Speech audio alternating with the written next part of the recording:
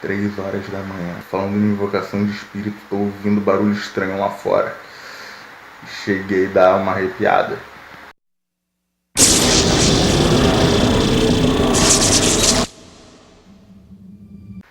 E aí, primeiramente, saudações a todos os Hunters do Brasil.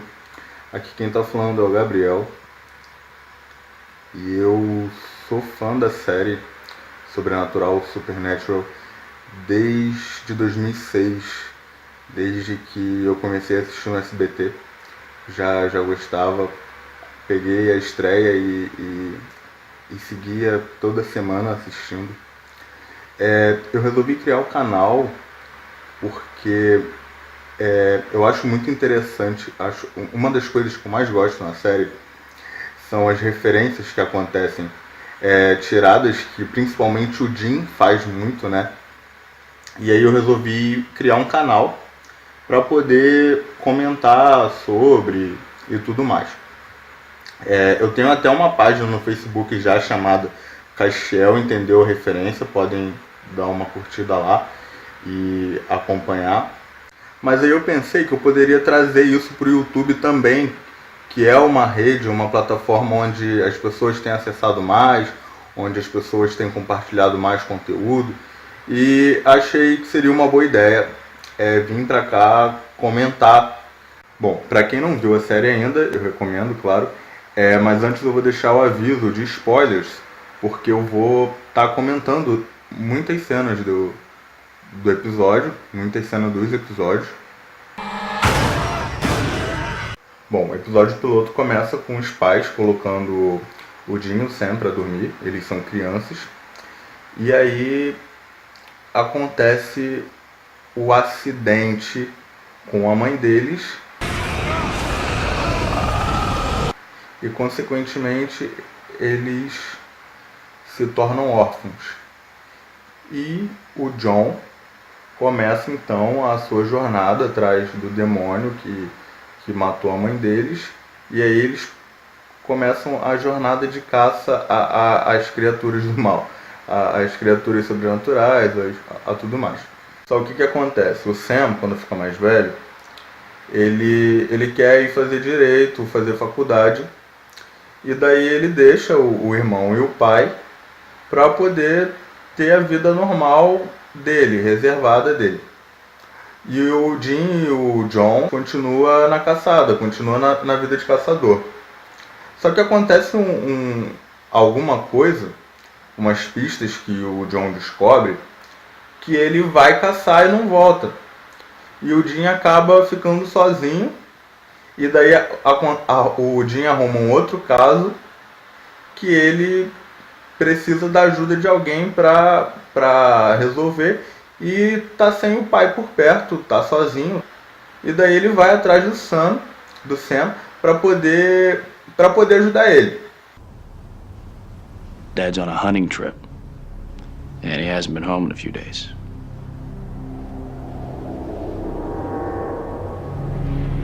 Essa primeira temporada da série ela é muito baseada em lendas urbanas, folclore americano. E o caso do episódio piloto é sobre uma mulher de branco. Existe a lenda, até conhecida aqui no Brasil, mas além dessa lenda da mulher de branco, o que me chamou a atenção no episódio, no caso a possível referência que podem ter feito, é sobre uma ponte no estado de Ohio.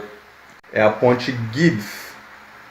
Ela liga a cidade de Silvânia e a cidade de Becker. Bom, eu não sei se é uma referência ou coincidência. A ponte é assombrada e todos os acidentes são causados pelas almas que estão ali, as almas errantes que estão presas ali, estão conectadas àquela área e acabam interferindo dessa forma tão negativa em quem passa por ali. Que nos anos 70, um jogador de futebol, ele estava passando ali de moto e daí ele morreu decapitado por linha de pescar. Igual aqui no Brasil acontece com linha de cerol, aconteceu com ele. Mas pelo que parece, não foi um acidente na real. Foi uma, 2 colegas armaram para ele, colocaram a linha, sabendo que ele ia passar ali e cortar a cabeça dele.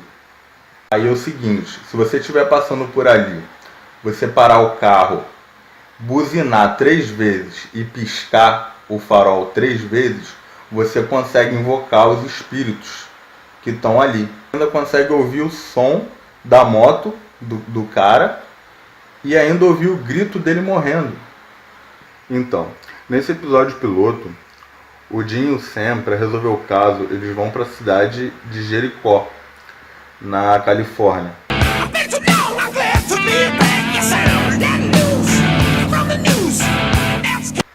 Apesar de muitos episódios se passarem em lugares reais, nesse piloto, a cidade é fictícia. No estado de Maryland, nos Estados Unidos, existe uma ponte com o nome de Jericó, o mesmo nome da cidade. E sobre essa ponte existe uma lenda também. É assombrada por espíritos de escravos que ficam ali. Mas também dizem já ter visto espíritos de uma mulher passando por lá. Aí logo no início, quando começa a mostrar a vida do Sam na universidade, é Halloween e ele tá numa festa, num bar que tá rolando uma festa, junto com a namorada Jéssica. O Sam tá meio desanimado com a vida e tal, vai mostrando como que é a personalidade dele, né? A gente vai conhecendo pelos comentários que ele faz, pelas coisas que ele expressa. O Jared Padalecki interpretando o Sam. E daí tem um amigo deles que chega na mesa que eles estão sentados e durante a conversa o Sam comenta: nós não somos exatamente os Brad. E o amigo dele responde: nós também não somos os Huxtable. Why not? Because we're not exactly the Bradys. I'm not exactly the Huxtables. More shots. No.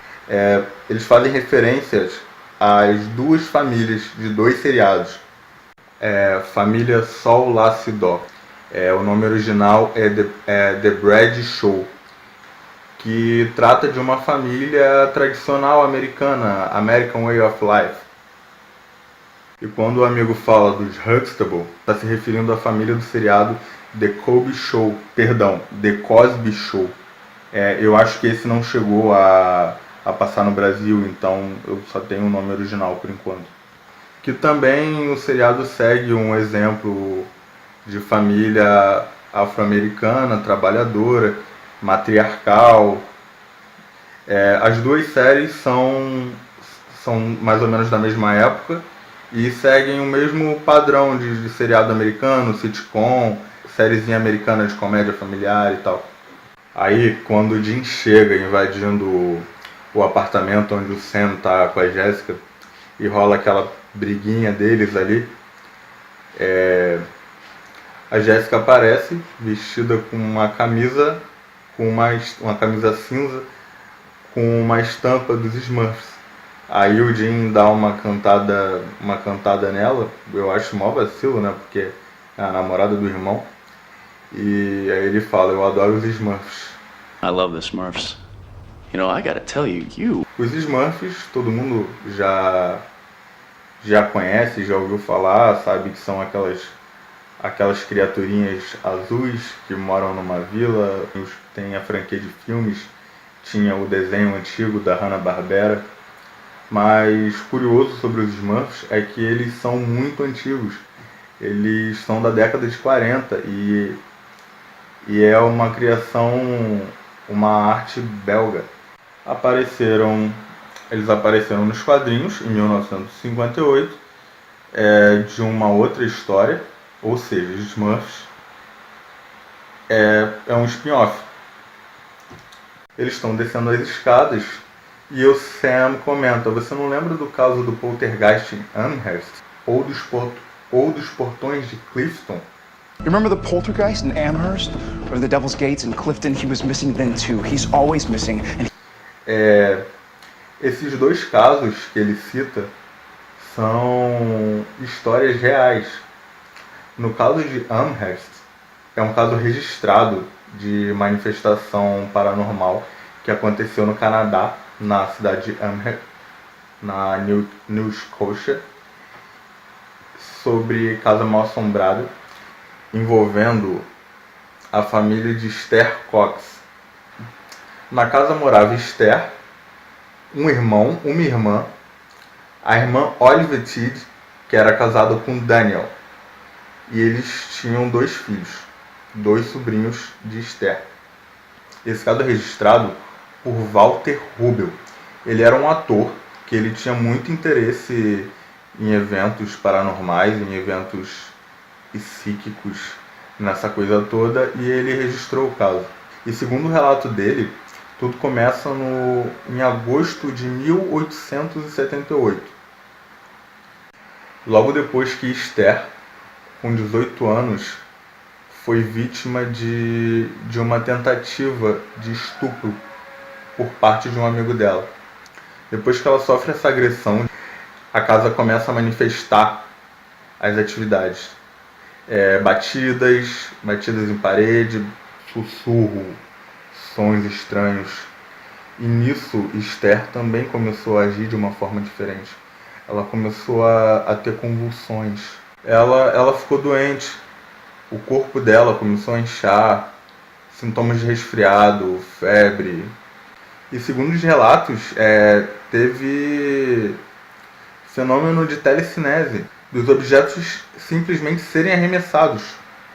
E assim, a família, preocupada com a doença dela, chamou o médico, e quando o médico visitou ela, as manifestações chegaram a um ponto de dar para ouvir da parede da cama dela a voz dizer: Esther, eu vou te matar. E assim, o relato diz que todo mundo da vizinhança, todo mundo que foi visitar a casa é testemunha de objetos voando mesmo, é testemunha da manifestação. Quando ela estava sedada pelo médico ou em observação de cama, as coisas aconteciam. Em dezembro daquele ano, 1878, que ela ficou doente por 2 semanas, porque ela teve difteria, os eventos deram uma acalmada, uma pausada. Os eventos também não se manifestaram quando ela passou um tempo na casa de uma outra irmã, também casada, em outra cidade. Mas quando ela voltou para casa onde ela morava, dos Tidd, os eventos voltaram. E passou até a pegar fogo em certos lugares da casa, em certos cômodos. Em janeiro do ano seguinte, 1879, ela acabou indo morar com uma outra família, da vizinhança também. E assim, o pessoal começou a acusar ela do que estava acontecendo, né? A culpar ela de tudo que estava acontecendo. Eu fico imaginando, tipo, o pessoal chamando ela de bruxa, falando que ela estava com um demônio, né? Porque imagina naquela época, século XIX, se fosse hoje em dia, seria assim. E assim, nisso, o fantasma já se manifestava nela de uma forma bem violenta, de uma forma bem agressiva, dela apanhar do fantasma. Chegou a ter uma vez que ela foi apunhalada pelas costas. E pelo que o relato diz, vários fantasmas ligados a ela se manifestavam nela. Diziam nome, diziam ser parente dela. Esse próprio Walter Rubel, ele chegou lá através da divulgação e da publicidade que o caso teve. Ele passou um tempo com a família e ele mesmo relata ter presenciado, ter testemunhado os casos de objeto voando, os casos de barulho, os casos em que a Esther sofreu violência paranormal, que ela foi atacada, literalmente alfinetada, e ele se comunicava com os espíritos que se manifestavam nela, provavelmente fazendo uma avaliação, né, igual a gente vê nos filmes, né, tipo os casos de invocação do mal. Inclusive essa história daria um bom filme. Ela chegou a dar entrevistas sobre os casos, chegou a sair da cidade para falar com o público sobre o que tinha acontecido com ela. Algumas pessoas tratavam ela com hostilidade, outras eram interessadas em saber do caso. Mas aí parece que ela desiste de fazer isso depois de um alvoroço que acontece numa dessas apresentações. E daí ela volta para a cidade dela, Amherst, e chega a trabalhar numa fazenda, que o celeiro do nada pega fogo. Ela foi culpada por esse incêndio no celeiro, penalizada por 4 meses de prisão, mas foi liberada depois de um mês. E aí depois disso as coisas foram se normalizando, as manifestações, os fenômenos foram parando. Daí ela casou, teve filho, se mudou e morreu em 1912, 8 de novembro. O Hubble, aquele ator que ficou envolvido no caso e fez esse registro, ele escreveu um livro sobre, que foi publicado em 1888. Então, esse caso também foi estudado por outros pesquisadores renomados e também associado com outros casos de assombração. Já Os Portões do Demônio, em Clifton, é sobre túneis subterrâneos que levam direto para o inferno e para as profundezas de todo o terror que o ser humano pode imaginar e que não pode imaginar, no sistema de escoamento do córrego Weasel-Brook, na cidade de Clifton, em Nova Jersey. E assim, entre essas passagens secretas de túnel e tudo mais, tem aposentos onde rola todo tipo de ritual satânico, sacrifício humano, sacrifício de animal, tudo de ruim tá ali. E além disso, aquele lugar maldito, ele é protegido por uma entidade chamada Mike dos Olhos Vermelhos, Red-Eyed Mike. Eu fico pensando se o Stephen King não se baseou nessa história para escrever a coisa, para escrever sobre o sistema de esgoto de Derry. Eu tenho quase certeza. Oh yeah, he's just deer hunting up at the cabin. He's probably got Jim, Jack, and Jose along with him. They're just gonna go bring him back. É bem sutil quando ele fala, é bem rápido até, mas ele está se referindo às bebidas. A bebida americana Jim Beam, José Cuervo, tequila, Jack Daniels, whisky. Uma curiosidade sobre o Jack Daniels que eu gostaria de comentar é que, na verdade, a bebida era uma receita de um escravo, só que acabou levando o crédito por ter feito foi o dono, foi o senhor do escravo, né? True. Black Sabbath, Motorhead, Metallica. It's the greatest hits of mullet rock. O Sam entra no carro e já sai mexendo nas fitas do Jim. Ele já acha estranho que o Jim ainda usa fita cassete em pleno 2005. Aí ele comenta as bandas Black Sabbath, Motorhead, Metallica, bandas que o Jim gosta de ouvir, e é legal ver, assim, quem gosta de rock. A série homenageia muito o rock clássico. O próprio personagem Jim, ele gosta muito de ouvir, e é legal quando nessa cena as bandas são citadas. A banda que não é citada, mas toca logo na cena, que é AC/DC com Back in Black.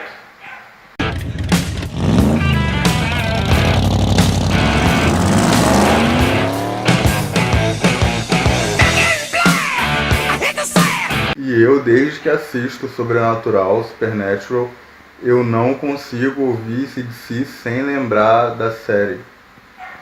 Então, durante a produção da série já rolava uma comparação com o Arquivo X.